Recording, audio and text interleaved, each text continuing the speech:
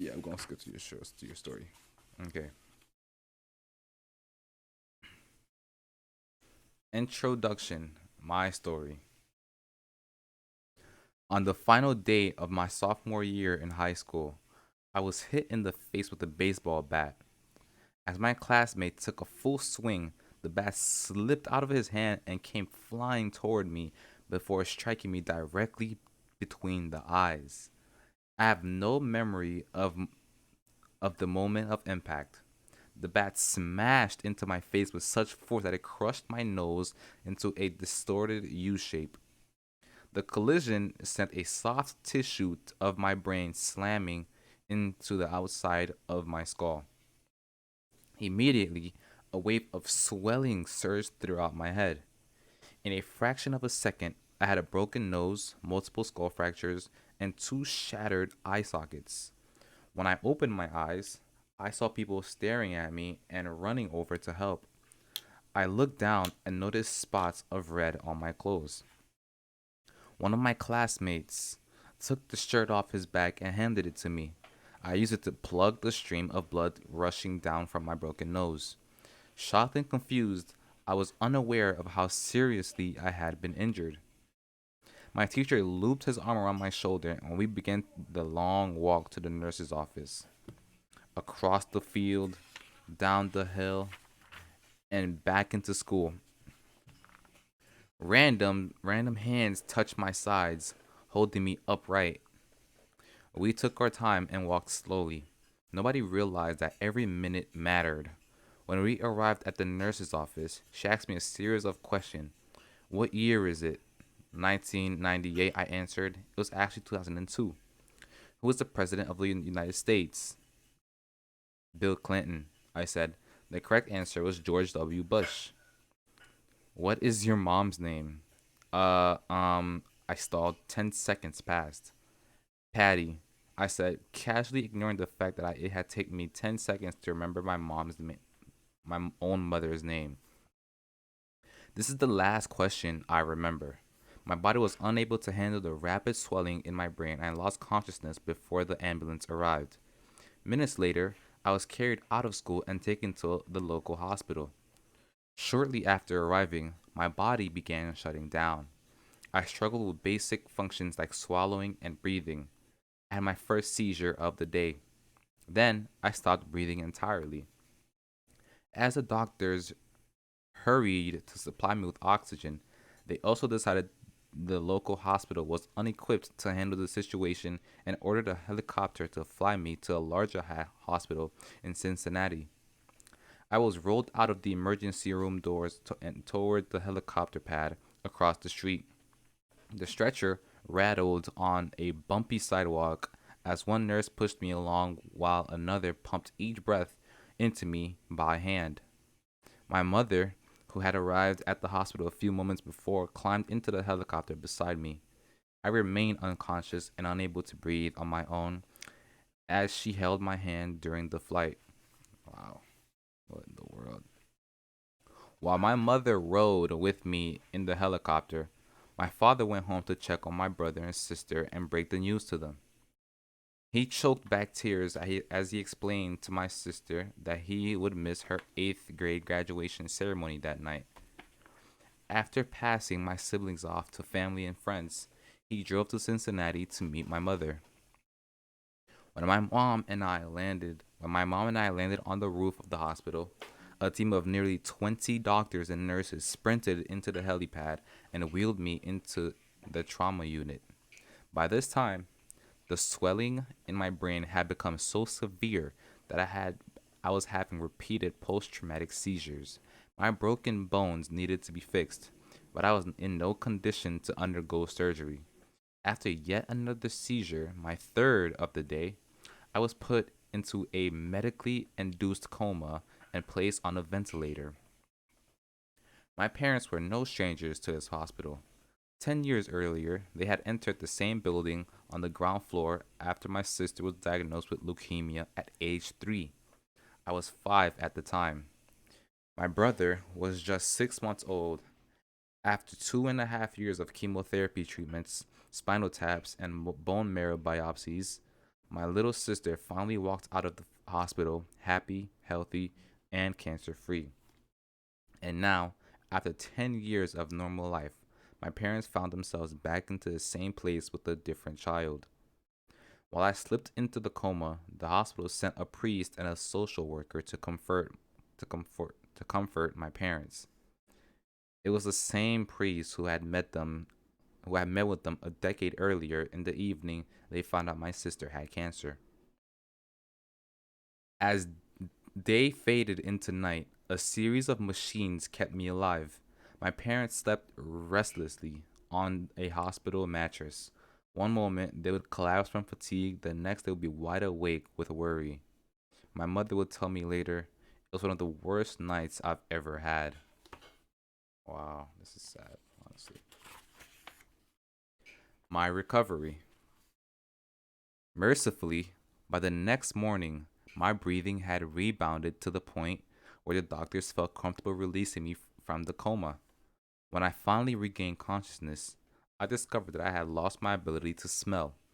As a test, a nurse asked me to blow my nose and sniff an apple juice box. My sense of smell returned, but to everyone's surprise, the act of blowing my nose forced air through the fractures into my eye and pushed my left eye outward. My eyeball bulged out of the socket, held precariously in place by my eyelid and the optic nerve attaching my eye to my brain. Ooh. The ophtha- the ophthalmologist the ophthalmologist said my eye would gradually slide back into place as the air seeped out, but it was hard to tell how long this would take. I was scheduled for surgery 1 week later, which would allow me to which would allow me some additional time to heal. I looked like I had been on the wrong end of the boxing match, but I was declared to leave the hospital. But I was cleared to leave the hospital. I returned home with a broken nose, half a dozen facial fractures, and a bulging left eye. The following months were hard. It felt like everything in my life was on pause. I had double vision for weeks. I literally couldn't see straight. It took more than a month, but my eyeball did eventually return to its normal location. Between the seizures and my vision problems, it was 8 months before I could drive a car again. At physical therapy, I practiced basic motor patterns like walking in a straight line. I was determined not to let my injury get me down. But there were more than a few moments when I felt depressed and overwhelmed. I became painfully aware of how far I had to go when I returned to the baseball field 1 year later. Baseball had always been a major part of my life. My dad had played minor league baseball for the St. Louis Cardinals, and I had a dream of playing professionally too. After months of rehabilitation, what I wanted more than anything was to get back on the field. But my return to baseball was not smooth. When the season rolled around, I was the only junior to be cut from the varsity baseball team.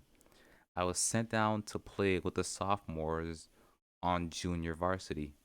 I had been playing since age 4, and for someone who had spent so much time and effort on the sport, getting cut was humiliating. I vividly remember the day it happened. I sat in my car and cried as I flipped through the radio, desperately, desperately searching for a song that would make me feel better. After a year of self doubt, I managed to make the varsity team as a senior, but I rarely made it on the field. In total, I played 11 innings of high school varsity baseball, barely more than a single game. Despite my lackluster high school career, I still believed I would become a great player, and I knew that if things were going to improve, I was the one responsible for making it happen. The turning point came 2 years after my injury, when I began college at Denton University. It was a new beginning, and it was a place where I would discover the surprising power of small habits for the first time. How I learned about habits. Attending Denison was one of the best decisions of my life. I learned I earned a spot on the baseball team, and although I was at the bottom of the roster as a freshman, I was thrilled. Despite the chaos of my high school years, I had managed to become a college athlete. I wasn't going to be starting on the baseball team anytime soon, so I focused on getting my life in order. While my peers stayed up late and played video games, I built good sleep habits and went to bed early each night. In the messy world of a college dorm, I made a point to keep my room neat and tidy. These improvements were minor, but they gave me a sense of control over my life.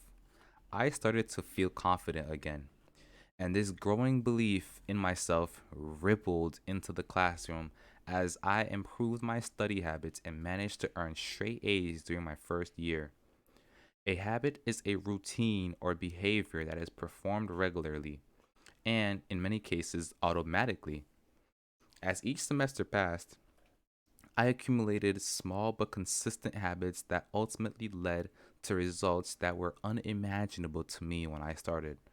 For example, for the first time in my life, I made it a habit to lift weights multiple times per week, and in the years that followed, my 6 foot 4 inch frame bulked up from a featherweight 170 to a lean 200 pounds. Wow. When my sophomore season arrived, I earned a starting role on the pitching staff. By my junior year, I was voted team captain, and at the end of the season, I was selected for the all conference team. But it was not until my senior season that my sleep habits, study habits, and strength training habits really began to pay off. 6 years after I had been hit in the face with a baseball bat, flown to the hospital, and placed into a coma, I was selected as the top male athlete at Denison University and named to the ESPN Academic All American team, an honor given to just 33 players across the country. By the time I graduated, I was listed in the school record books in 8 different categories. That same year, I was awarded the university's highest academic honor, the President's Medal. I hope you'll forgive me if this sounds boastful. To be honest, there was nothing legendary or historic about my athletic career. I never ended up playing professionally. However, looking back on those years, I believe I accomplished something just as rare. I fulfilled my potential. And I believe that the concepts in this book can help you fulfill your potential as well. We all face challenges in life. This injury was one of mine, and the experience taught me a critical lesson. Changes that seem small and unimportant at first will compound into remarkable results if you're willing to stick with them for years. We all deal with setbacks, but in the long run, the quality of our lives often depend on the quality of our habits. With the same habits, you'll end up with the same results. But uh, but with better habits, anything is possible. Maybe there are people who can achieve incredible success overnight. I don't know any of them, and I'm certainly not one of them. There wasn't one defining moment on my journey from medically injured coma to academic all American. There were many. It was a gradual evolution, a long series of small wins and tiny breakthroughs. The only way I made progress, the only choice I had, was to start small. And I employed the same strategy a few years later when I started my own business and began working on this book. How and why I wrote this book. In November 2012, I began publishing articles at jamesclear.com. For years, I had been keeping notes about my personal experiments with habits, and I was finally ready to share some of them publicly. I began by publishing a new article every Monday and Thursday. Within a few months, this simple writing habit led to my first 1,000 email subscribers. By the end of 2013, that number had grown to more than 30,000 people. In 2014, my email list expanded to over 100,000 subscribers, which made it one of the fastest growing newsletters on the internet. I had felt like an imposter when I began writing 2 years earlier, but now I was becoming known as an expert on habits, a new label that excited me but also felt uncomfortable. I had never considered myself a master of the topic, but rather someone who had who was experimenting alongside my readers. In 2015, I reached 200,000 email subscribers and signed a book deal with Penguin Random House to begin writing the book you are reading now. As my audience grew, so did my business opportunities. I was increasingly asked to speak at top companies about the science of habit formation, behavior change, and continuous improvement. I had found myself delivering keynote speeches at conferences in the United States and Europe. In 2016, my articles began to appear regularly in major publications like Time, Entrepreneur, and Forbes.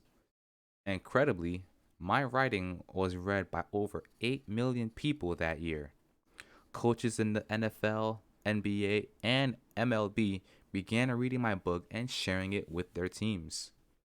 At the start of 2017, I launched the Habits Academy, which became the premier training platform for organizations and individuals interested in building better habits in life and work.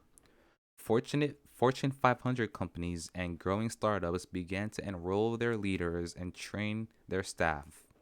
In total, over 10,000 leaders, managers, coaches, and teachers have graduated from the Habits Academy. And my work with them has taught me an incredible amount about what it takes to make habits work in the real world. As I put the finishing touches on this book in 2018, JamesClear.com is receiving millions of visitors per month, and nearly 500,000 people subscribe to my weekly email newsletter, a number that is so far beyond my expectations when I began that I'm not even sure what to think of it. How this book will benefit you. The entrepreneur and investor Naval Ravikant has said, to write a great book, you must first become the book. I originally learned about the ideas mentioned here because I had to live them. I had to rely on small habits to rebound from my injury, to get stronger in the gym, to perform at a high level on the field, to become a better writer, to build a successful business, and simply to develop into a responsible adult. Small habits help me fulfill my potential. And since you picked up this book, I'm guessing you'd like to fulfill yours as well. Yes, sir. In the pages that follow, I will share a step by step plan for building better habits, not for days or weeks, but for a lifetime. Yes. While science supports everything I've written, this book is not an academic research paper, it's an operating manual. You'll find wisdom and practical advice front and center as I explain the science of how to create and change your habits in a way that is easy to understand and apply. The fields I draw on biology, neuroscience, psychology, philosophy, psychology, and more have been around for many years.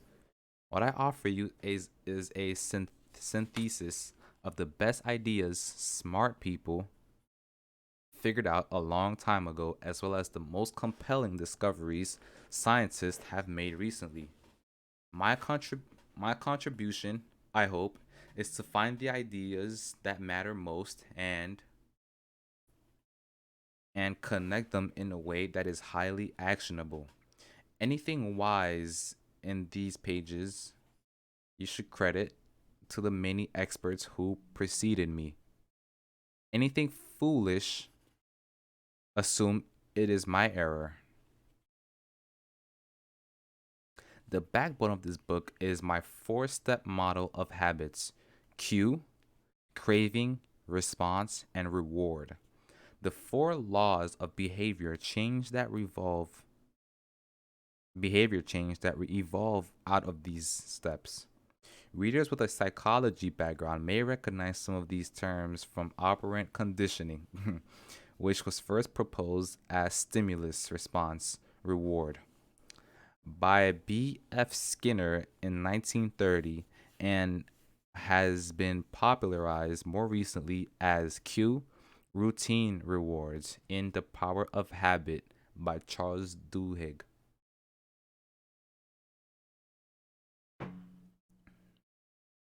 Behavioral scientists like Skinner realized that if you offered the right reward or punishment, you would get people to act in a certain way. But while Skinner's model did an excellent job examining how extra stimuli influence our habits, it lacked a good explanation for how our thoughts, feelings, and beliefs impact our behavior. Internal states, our moods, and emotions matter too. In recent In recent decades, scientists have begun to determine the connection between our thoughts, feelings, and behavior. This research will also be covered in these pages. In total, the framework I offer is an integrated model of the cognitive and behavioral sciences. I believe it is one of the first models of human behavior that accurately account for both the influence of external stimuli and internal emotions on our habits. While some of the language may be familiar, I am confident that the details and the applications of the 4 laws of behavior change will offer a new way to think about your habits. Human behavior is always changing, situation to situation, moment to moment, second to second. But this book is about what doesn't change. It's about the fundamentals of human behavior, the lasting principles you can rely on year after year. The ideas you can build a business around, build a family around, build a life around. There is no one right way to create better habits, but this book describes the best way I know, an approach that will be effective regardless of where you start or what you're trying to change. The strategies I cover will be relevant to anyone looking for a step by step system for improvement, whether your goals center on health, money, productivity, relationships, or all of the above. As long as human behavior is involved, this book will be your guide. The fundamentals: why tiny changes make a big difference. 1. The surprising power of atomic habits. The fate of British cycling changed one day in 2003. The organization, which was the governing body for professional cycling in Great Britain, had recently hired Dave Brailsford as its new performance director. At the time, professional cyclists in Great Britain had endured nearly 100 years of mediocrity. Since 1908, British riders had won just a single gold medal at the Olympic Games, and they had fared even worse in cycling's biggest race,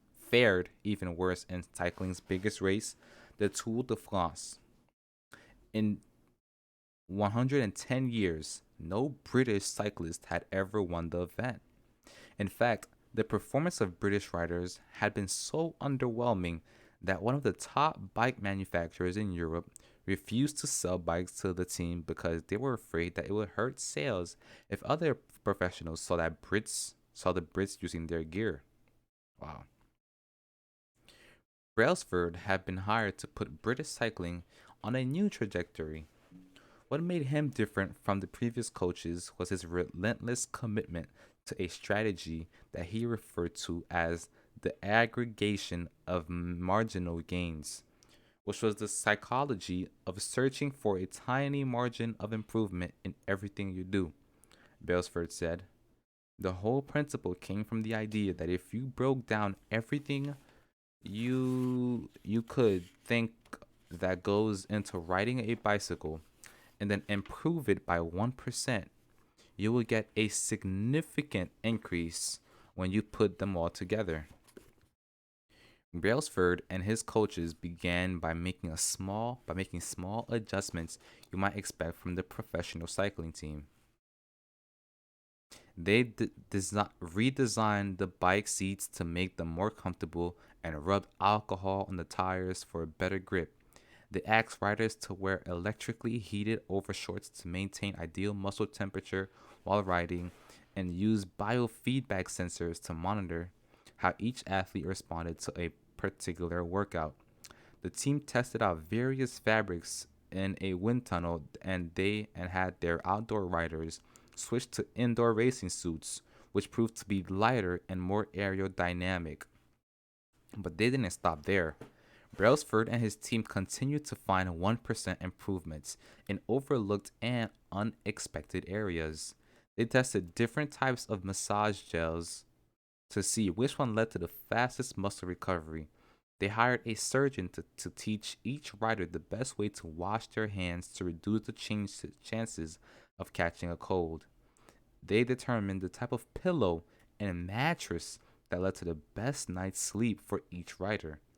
They even painted the inside of the team's truck white, which helped them spot little bits of dust that would normally slip by unnoticed that could degrade the performance of the finely tuned bikes. As these and hundreds of other small improvements accumulated, the results came faster than anyone could have imagined. Just 5 years after Brailsford took over, the British cycling team dominated the road and track cycling events in the 2008 Olympic Games in Beijing, where they won an astounding 60% of the gold medals available. 4 years later, when the Olympic Games came to London, the Brits raised the bar as they set 9 Olympic records and 7 world records. That same year, Bradley Wiggins became a French, I mean, the first became the first British cyclist to win the Tour de France. The next year, his teammate Chris Froome won the race. Then he would go win again in 2015, 16, and 17, giving the British team 5 Tour de France victories in 6 years. Very impressive. During the 10-year span from 2007 to 2017, the British cyclists won 178 world championships and 66 Olympic or Paralympic gold medals, and captured 5 Tour de France victories in what is widely regarded as the most successful run in cycling history. How does this happen? How does a team of previously ordinary athletes transform into world champions with tiny changes that, at first glance, would seem to make a modest difference at best? Why do small improvements accumulate into such remarkable results, and how can you replicate this approach in your own life? Why small habits make a big difference. It is so easy to overestimate the importance of one defining moment and underestimate the value of making small improvements on the daily basis. Too often, we convince ourselves that massive success requires massive action, whether it is losing weight, building a business, writing a book, winning a championship, or achieving any other goal. We put pressure on ourselves to make some earth shattering improvement that everyone will talk about. Meanwhile, improving by 1% isn't particularly notable. Sometimes it isn't even noticeable. but it can be far more meaningful, especially in the long run. The difference a tiny improvement can make over time is astounding. Here's how the math works out. If you can get 1% better each day for 1 year, you'll end up 37 times better by the time you're done. Conversely, if you get 1% worse each day for 1 year, you'll decline nearly down to zero. What starts as a small win or a minor setback accumulates into something much more. Facts. Is the 1% chart, 1% better every day, 1% worse every day for 1 year, 99. Worse, improvement, boom, results, time. Habits are the compound interest of self improvement. The same way that money multiplies through compound interest. The effects of your habits multiply as you repeat them. They seem to make little difference on any given day, and yet the impact they deliver over the months and years can be enormous. It is only when looking back 2, 5, or perhaps 10 years later that the value of good habits and the cost of bad ones become strikingly apparent. This can be a difficult concept to appreciate in daily life. Yeah, it is. We often dismiss small changes because they don't seem to matter very much in the moment. If you save a little money now, you're still not a millionaire. If you go to the gym 3 days in a row, you're still out of shape. If you study Mandarin for an hour tonight, you still haven't learned the language. We make few changes, but the results never seem to come quickly, and so we slide back into our previous routines. Unfortunately, the slow pace of transformation also makes it easy to let a habit slide. If you eat an unhealthy meal today, the scale doesn't move much. If you work late tonight and ignore your family, they will forgive you. If you procrastinate and put your project off until tomorrow, there will usually be time to finish it later. A single decision is easy to dismiss. But when we repeat 1% errors day after day by replicating poor decisions, duplicating tiny mistakes, and rationalizing little excuses, our small choices compound into toxic results. It's the accumulation of many missteps, a 1% decline here and there that eventually leads to a problem. The impact created by a change in your habits is similar to the effect of shifting the route of an airplane just by a few degrees. Imagine you're flying from Los Angeles to New York City. If a pilot living from LAX adjusts the heading just 3.5 degrees south, you will land in Washington, D.C. instead of New York. Such a small change is barely noticeable at takeoff. The nose of the airplane moves just a few feet, but when magnified into across the entire United States, you will end up hundreds of miles apart. Similarly, a slight change in your daily habits can guide your life to a very different destination. Making a choice that is 1% better or 1% worse seems insignificant in the moment, but over the span of moments that makes up a lifetime, these choices determine the difference between who you are and who you could be. Successful Success is the product of daily habits, not one in a lifetime transformations. That said, it doesn't matter how successful or unsuccessful you are right now. What matters is whether your habits are putting you onto the path towards success.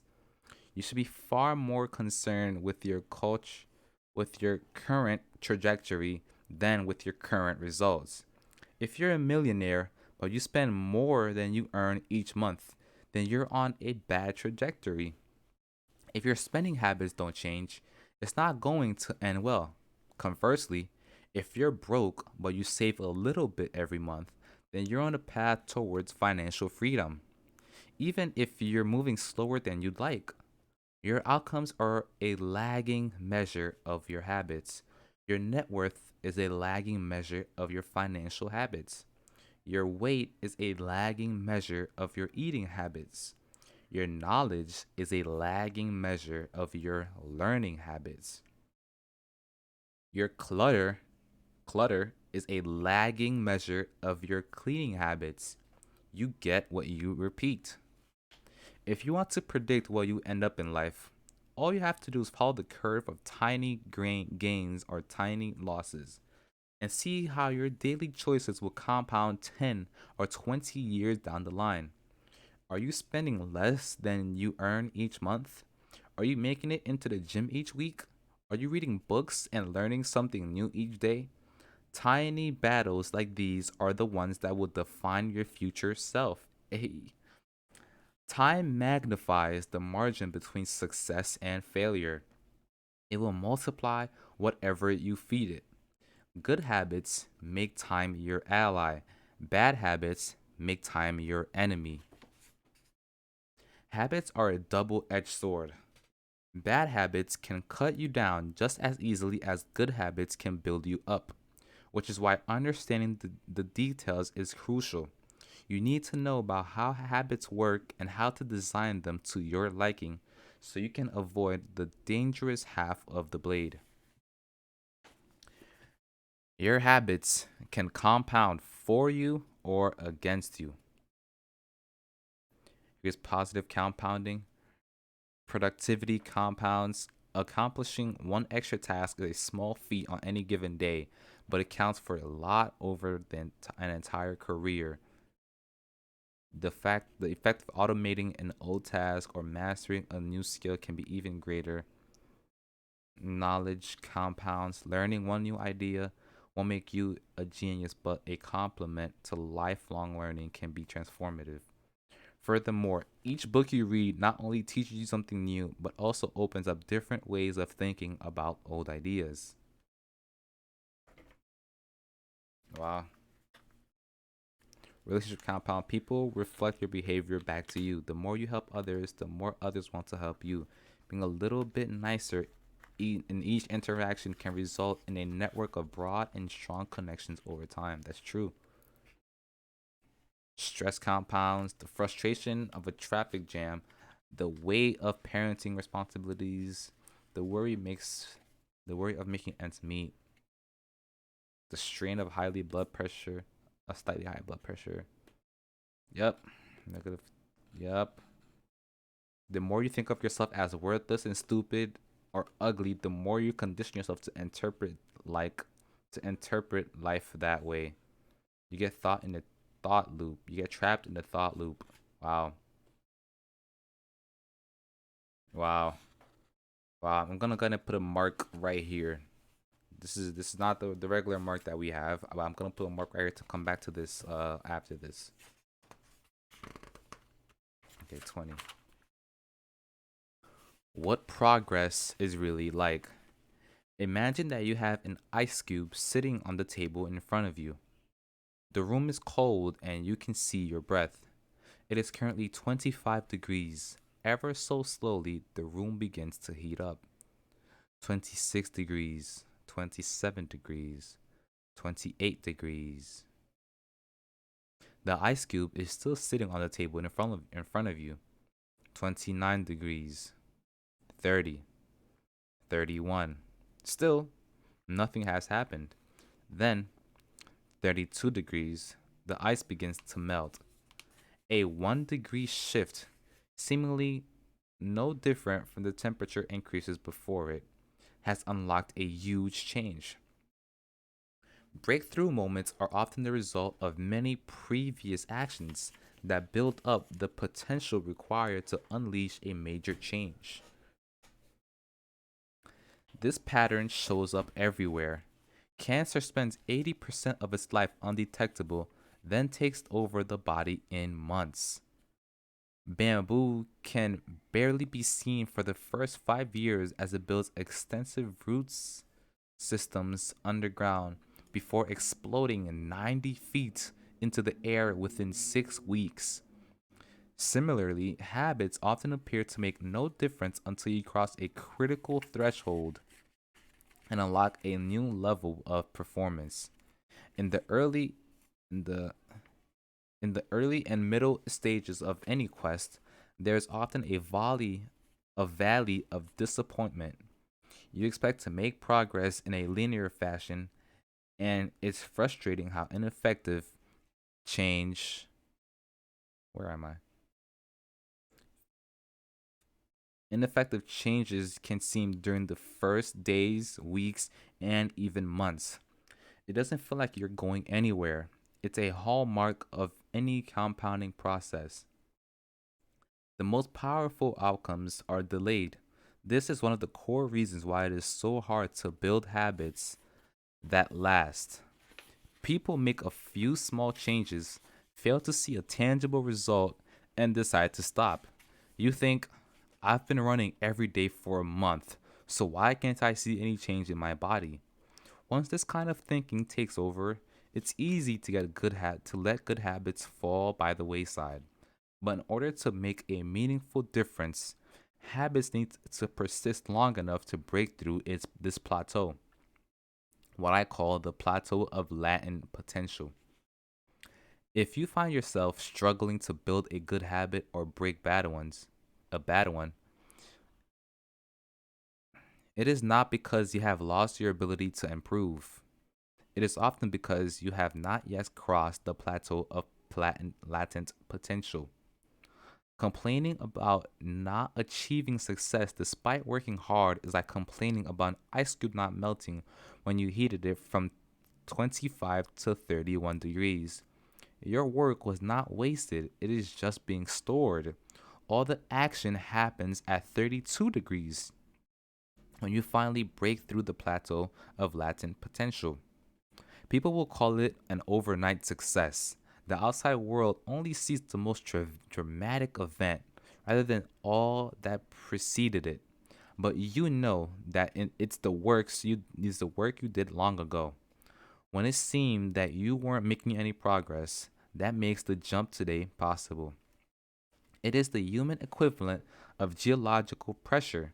Two tectonic tectonic plates.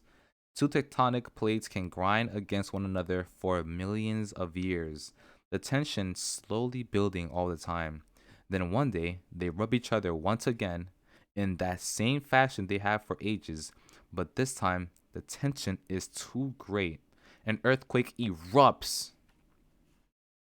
Change can take years before it happens all at once. Mastery requires patience.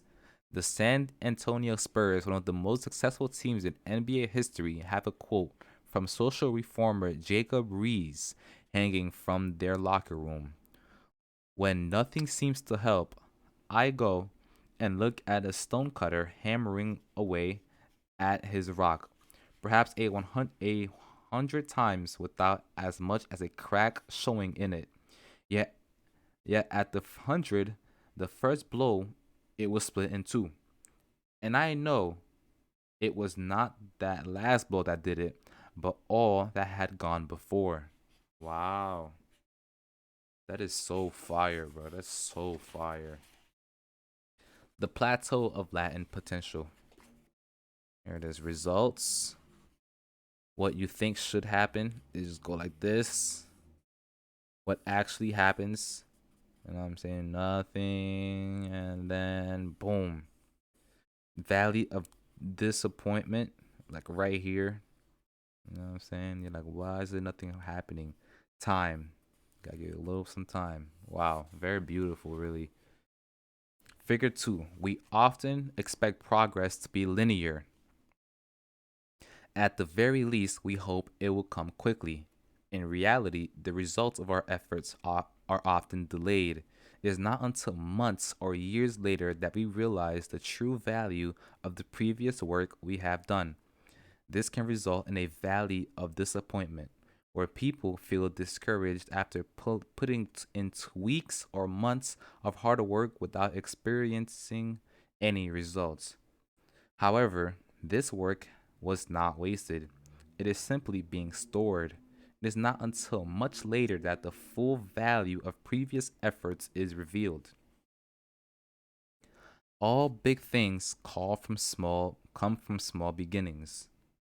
The seed of every habit is a single tiny decision.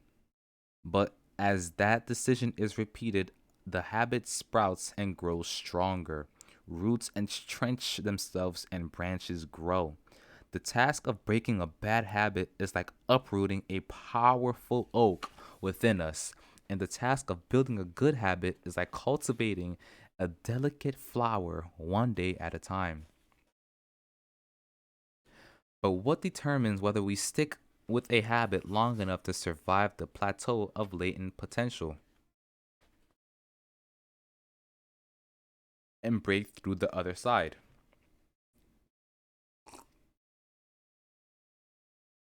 What is it that causes some people to slide into unwanted habits and enables others to enjoy the compounding effects of good ones?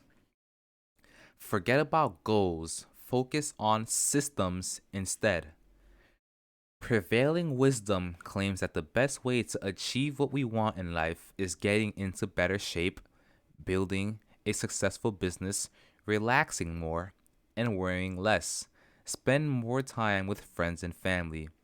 Is to set specific, actionable goals. For many years, this was how I approached my habits too. Each one was a goal to be reached. I set goals for the grades I wanted in school, for the weights I wanted to lift in the gym, for the profits I wanted to earn in business. I succeeded at a few, but I failed at a lot of them. Eventually, I began to realize that my results had very little to do with the goals I set and nearly everything to do with the systems I followed. What's the difference between systems and goals?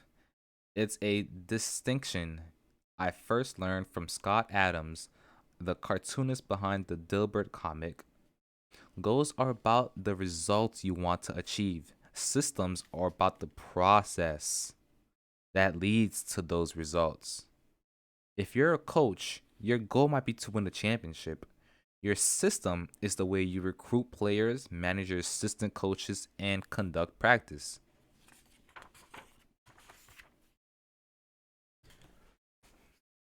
If you're an entrepreneur, your goal might be to build $1 million business. Your system is how you test product ideas, hire employees, and run marketing campaigns. If you're a musician, your goal might be to play a new piece. Your system is how often you practice, how you break down and tackle difficult measures, and your method of receiving feedback from your instructor. Now, for the interesting question, if you completely ignored your goal and focused only on your system, would you still succeed? For example, if you were a baseball coach, a basketball coach, and you ignored your goal to win a championship and focused only on what your team does at practice each day, would you still get results? I think you would. The goal in any sport is to finish with the best score, but it would be ridiculous to spend the whole game staring at the scoreboard. The only way to actually win is to get better each day. In other words, of three ti in the words of three-time Super Bowl winner Bill Walsh, the score takes care of itself. The same is true for other areas in life. If you want better results, then forget about setting goals, focus on your system instead. What do I mean by this? Are goals completely useless? Of course not. Goals are good for setting a direction, but systems are best for making progress. A handful of problems arise when you spend too much time thinking about your goals and not enough time designing your systems. Problem one: Winners and losers have the same goals, of course. Goal setting suffers from a serious case of survivorship bias. We concentrate on the people who end up winning, the survivors, and mistakenly assume that ambitious goals led to their success while overlooking all the people who had the same objectives but didn't succeed. Every Olympian wants to win a gold medal. Every candidate wants to get the job. And if successful and unsuccessful people share the same goals, then the goal cannot be what differentiates the winners from the losers. It wasn't the goal of winning the Tour de France that propelled the British cyclist to the top of the sport. Presumably, they had wanted to win each race every year before, just like every other professional team. The goal had always been there. It was only when they implemented a system of continuous small improvements that they achieved a different outcome. Problem 2. Achieving a goal is only a momentary change. Imagine you have a messy room and you set a goal to clean it. If you summon the energy to tidy up, then you will have a clean room for now. But if you maintain the same sloppy, pack rat habits that led to a messy room in the first place, soon you'll be looking at a new pile of clutter and hoping for another burst of motivation. You're left chasing the same outcome because you never changed the system behind it. You treated a symptom without addressing the cause. Achieving a goal only changes your life for the moment. That's the counterintuitive thing about improvement.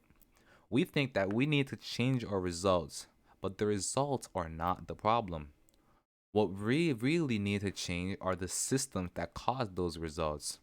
When you solve problems in the results at the results level, you only solve them temporarily in order to improve for good.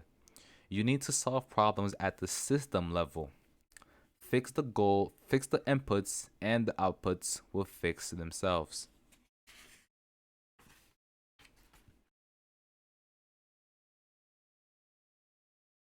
Problem 3. Goals restrict your happiness. The implicit assumption behind any goal is this: once I reach my goal, then I'll be happy. The problem with a goals first mentality is that you're continually putting happiness off until the next milestone. I've slipped into this trap so many times I've lost count. For years, happiness was always something for my future self to enjoy. I promised myself that once I gained 20 pounds of muscle, or after my business was featured in the New York Times, then I could finally relax. Furthermore, goals create an either or conflict. Either you achieve your goals and are successful, or you fail and you're a disappointment. You mentally box yourself in a narrow version of happiness. This is misguided. It is unlikely that your actual path through life will match the exact journey you had in mind when you set out. It makes no sense to restrict your satisfaction to one scenario when there are many paths to success. A systems first mentality provides the antidote. When you fall in love with the process rather than the product, you don't have to wait to give yourself permission to be happy. You can be satisfied anytime your system is running, and the system can be successful in many different forms, not just the one you first envisioned. Wow, goals restrict your happiness. Wow. Number 4, problem 4. Goals are at odds with long-term progress. Finally, a goal oriented mindset can create a yo yo effect. Many runners work hard for months, but as soon as they cross the finish line, they stop training. The race is no longer there to motivate them. When all of your hard work is focused on a particular goal, what is left to push you forward after you achieve it? This is why many people themselves find themselves reverting into their old habits after accomplishing a goal. The purpose of setting goals is to win the game. The purpose of building systems is to continue playing the game. True long term thinking is goalless thinking. It's not about any single accomplishment, it is about the cycle of endless refinement and continuous improvement. Ultimately, it is your commitment to the process that will determine your progress. A system of atomic habits. If you're having trouble changing your habits, the problem isn't you. The problem is your system. Bad habits repeat themselves again and again, not because you don't want to change, but because you have the wrong system for change. You do not rise to the level of your goals, you fall to the level of your systems. Focusing on the overall system rather than a single goal is one of the core themes of this book. It is also one of the deeper meanings behind the word atomic. By now, you've probably realized that an atomic habit refers to a tiny change, a marginal gain, a 1% improvement. But atomic habits are not just any old habits, however small. They are little habits that are a part of a larger system.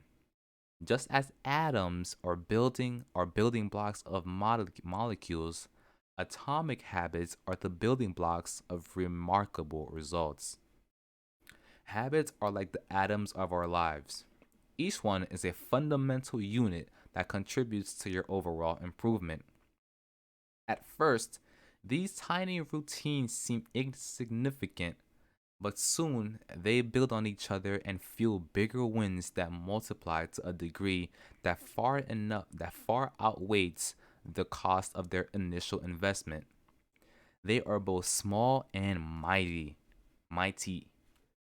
This is the meaning of the phase atomic habits, a regular practice or routine that is not only small and easy to do, but also the source of incredible power, a component of the system of compound growth.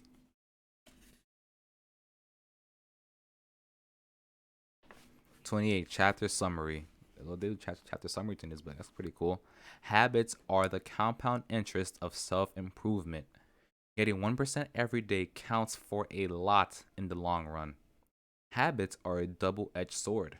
They can work for you or against you, which is why understanding the details is essential. Small changes Small changes often appear to make no difference until you cross a critical threshold. The most powerful outcomes of any compounding process are delayed. You need to be patient. An atomic habit is a little habit that is part of a larger system.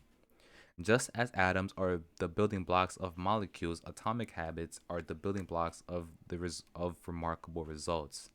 If you want better results, then forget about setting goals. Focus on your system instead. You do not rise to the level of your goals, you fall to the levels of your systems. W. Okay. Chapter 2. How your habits shape your identity and vice versa. Why is it so easy to repeat bad habits and so hard to form good ones? Few things can have a more powerful impact on your life than improving your daily habits. And yet it is likely that this time next year you'll be doing the same thing rather than something better. It often feels difficult to keep good habits good for more than a few days, even with sincere effort and the occasional burst of motivation. Habits like exercise, meditation, journaling, and cooking are reasonable for a day or two and then become a hassle. Wow. However, once your habits are established, they seem to stick around forever, especially the unwanted ones. Despite our best intentions, unhealthy habits like eating junk food, watching too much television, procrastinating, and smoking can feel impossible to break. Changing our habits is challenging for two reasons. One, we try to change the wrong thing, and two, we try to change our habits in the wrong way. In this chapter, I'll address the first point. In the chapters that follow, I'll answer the second. Our first mistake is that we try to change the wrong thing. To understand what I mean, consider that there are three levels at which change can occur. You can imagine them like a layer of an onion. The first layer is changing your outcomes.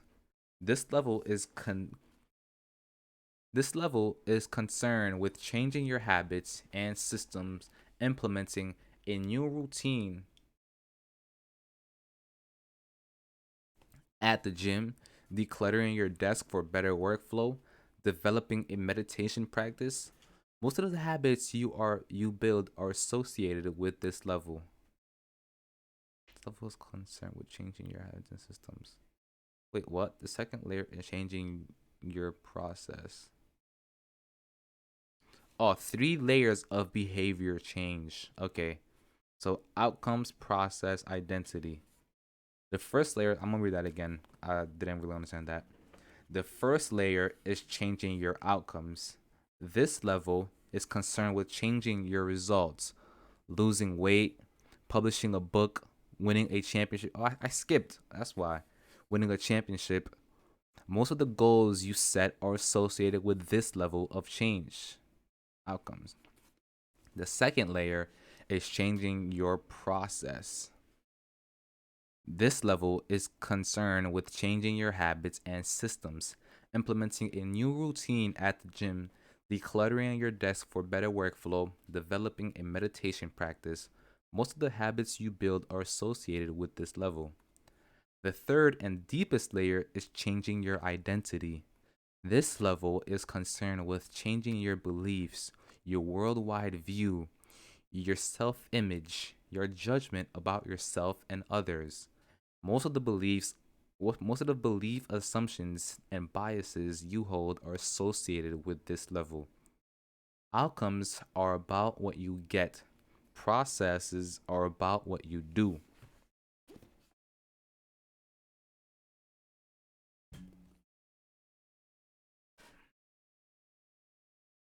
Identity is about what you believe. When it comes to building habits that last, when it comes to building a system of 1% improvements, the problem is not one level is better or worse than another. All levels of change are useful in their own way. The problem is the direction of change. Many people begin the process of changing their habits by focusing on what they want to achieve. This leads us to outcome based habits. The alternative is to build identity based habits. With this approach, we start by focusing on who we wish to become. Who we wish to become. Wow. Wow, wow, wow. So outcome based habits, one, two, three. So that's what we people mostly start on. Identity based habits is one, two, three. Start from the inside, the core. Figure four, with outcome based habits, the focus is on what you want to achieve. The identity based habits, the focus is on who you want to become.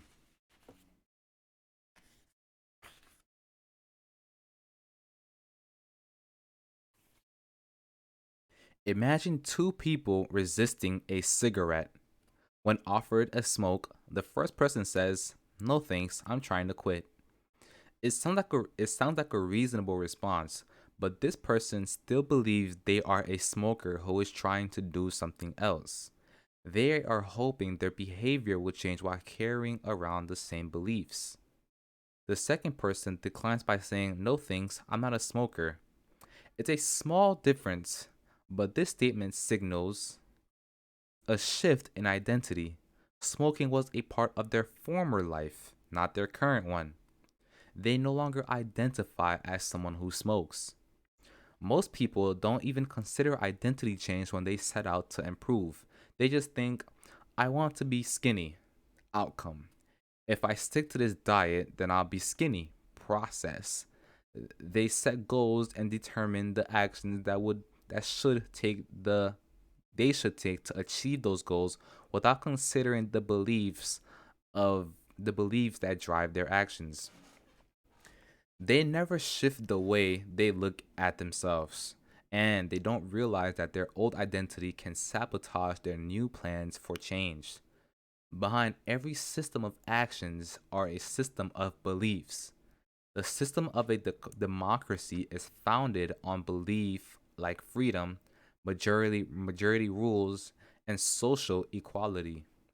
The system of a dictatorship has a very different set of beliefs like absolute authority and strict obedience. You can imagine many ways to try to get more people to vote in a democracy, but such behavior could change, would never get off the ground in a dictatorship. That's not the identity of the system. Voting is a behavior of the impossible under a set of beliefs.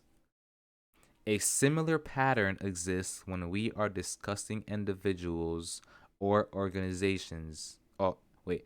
And a similar pattern exists whether we are discussing individuals, organizations, or societies. There are a set of beliefs that and assumptions that shape the system and identity behind the habits. Behavior is incongruent with the self will not last. You may want more money, but if your identity is someone who consumes rather than creates, then you'll continue to be pulled towards spending rather than earning. You may want better health, but if you continue to prioritize comfort over accomplishment, you'll be drawn to relaxing rather than training. It's hard to change your habits if you never change the underlying beliefs that led to your past behavior. You have a new goal and a new plan, but you haven't changed who you are. The story of Brian Clark, an entrepreneur from Boulder, Colorado, provides a good example. As long as I can remember, I chewed my fingernails, Clark told me.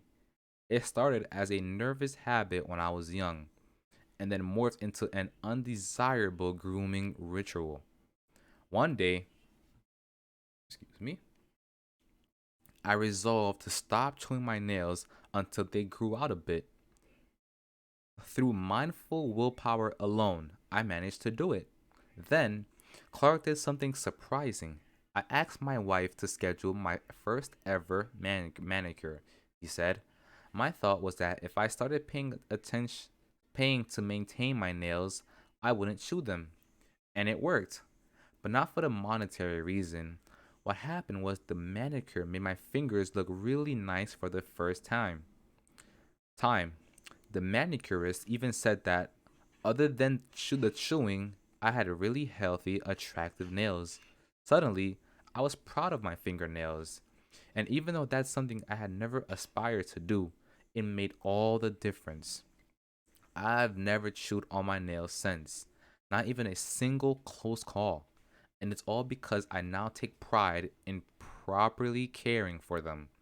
The ultimate form of instinct, instinctric, intrinsic, Jesus, intrinsic motivation is when a habit becomes a part of your identity.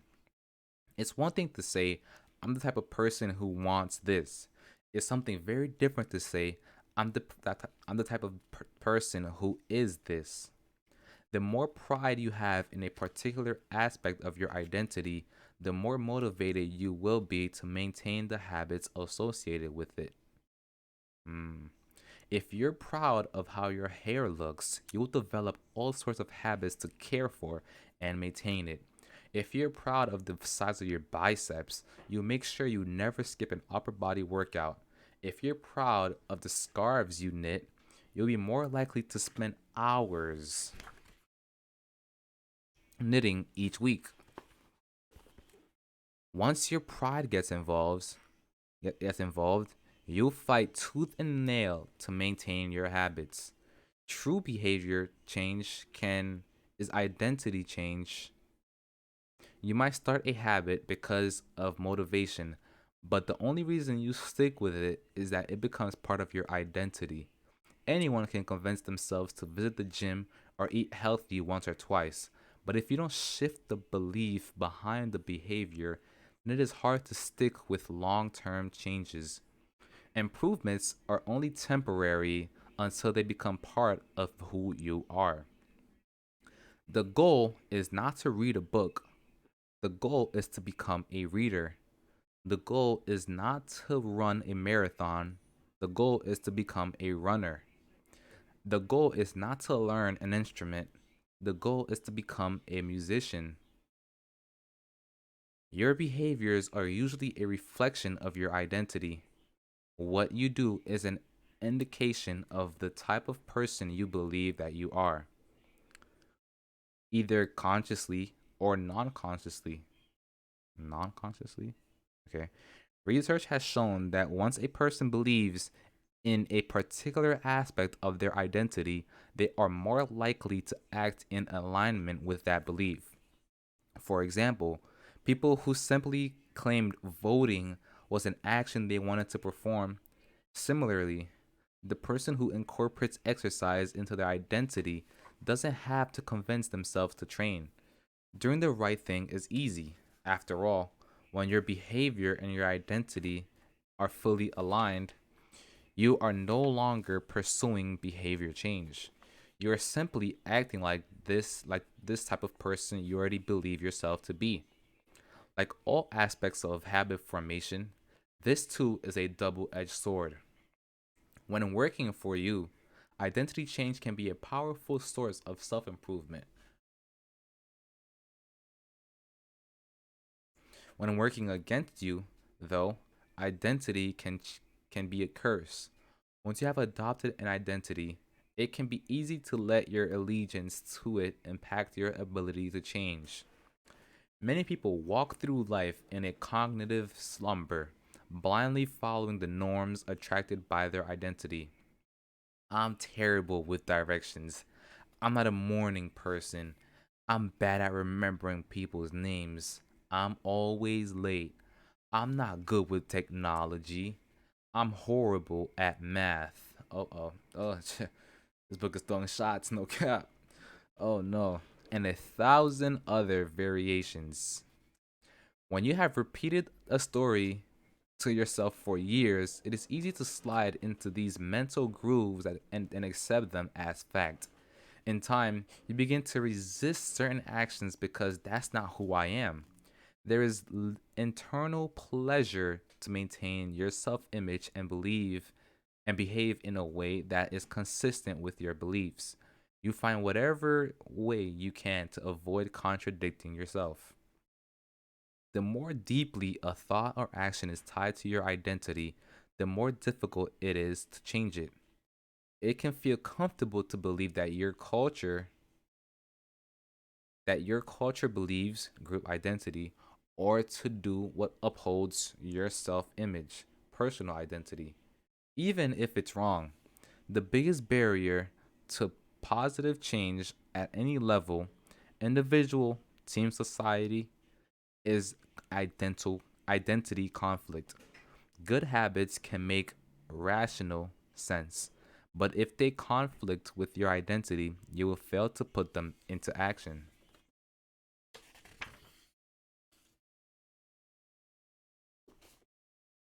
On any given day, you may struggle with your habits because you're too busy, or too tired, or too overwhelmed with hundreds of other reasons.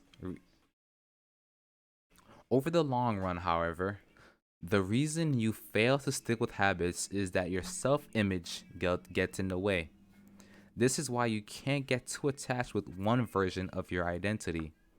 Progress requires unlearning. Becoming the best version of yourself requires you to continuously edit your beliefs and to upgrade and expand your identity. Wow, it's like this book is talking to me. I'm getting attacked here. What this brings us to an important question. If your beliefs and world view play such an important role in your behavior, where do they come from in the first place? How exactly is your identity formed? And how can you emphasize new aspects of your identity that serve you and gradually erase the pieces that hinder you? Hmm. The two-step process to changing your identity. Two-step process. Okay. Your identity emerges out of your habits. You are not born with preset beliefs. Every belief, including those around your about yourself, is learned and conditioned through experience. More precisely, your habits are how you embody your identity. When you make your bed each day, you embody the identity of an organized person. When you write each day, you embody the identity of a creative person. When you train each day, you embody the identity of an athletic person. The more you repeat a behavior, the more you reinforce the identity associated with that behavior. In fact, the word identity was originally derived from the Latin word essentitas, which means being, and identidum, which means repeatedly. Your identity is literally your repeated beingness. Whatever your identity is right now, you only believe it because you have proof of it. If you go to church every Sunday for 20 years, you have evidence that you are religious. If you study biology for 1 hour every night, you have evidence that you are studious. If you go to the gym, even when it's snowing, you have evidence that you are committed to fitness. The more evidence you have for a belief, the more strongly you will believe it. For most of my early life, I didn't consider myself a writer. If you were to ask any of my high school teachers or college professors, they will tell you I was an average writer at best, certainly not a standout. When I began my writing career, I published a new article every Monday and Thursday for the first few years. As the evidence grew, so did my identity as a writer. I didn't start out as a writer, I became one through my habits.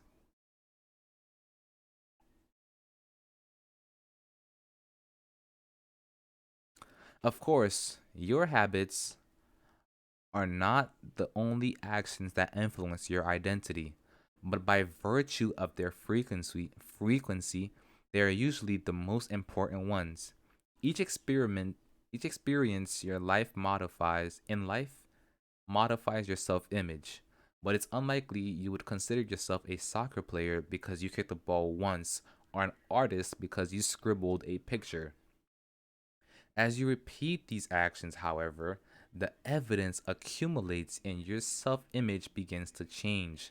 The effect of one off experience tends to fade away, while the effect of habits gets reinforced with time, which means your habits contribute most of the evidence that shapes your identity.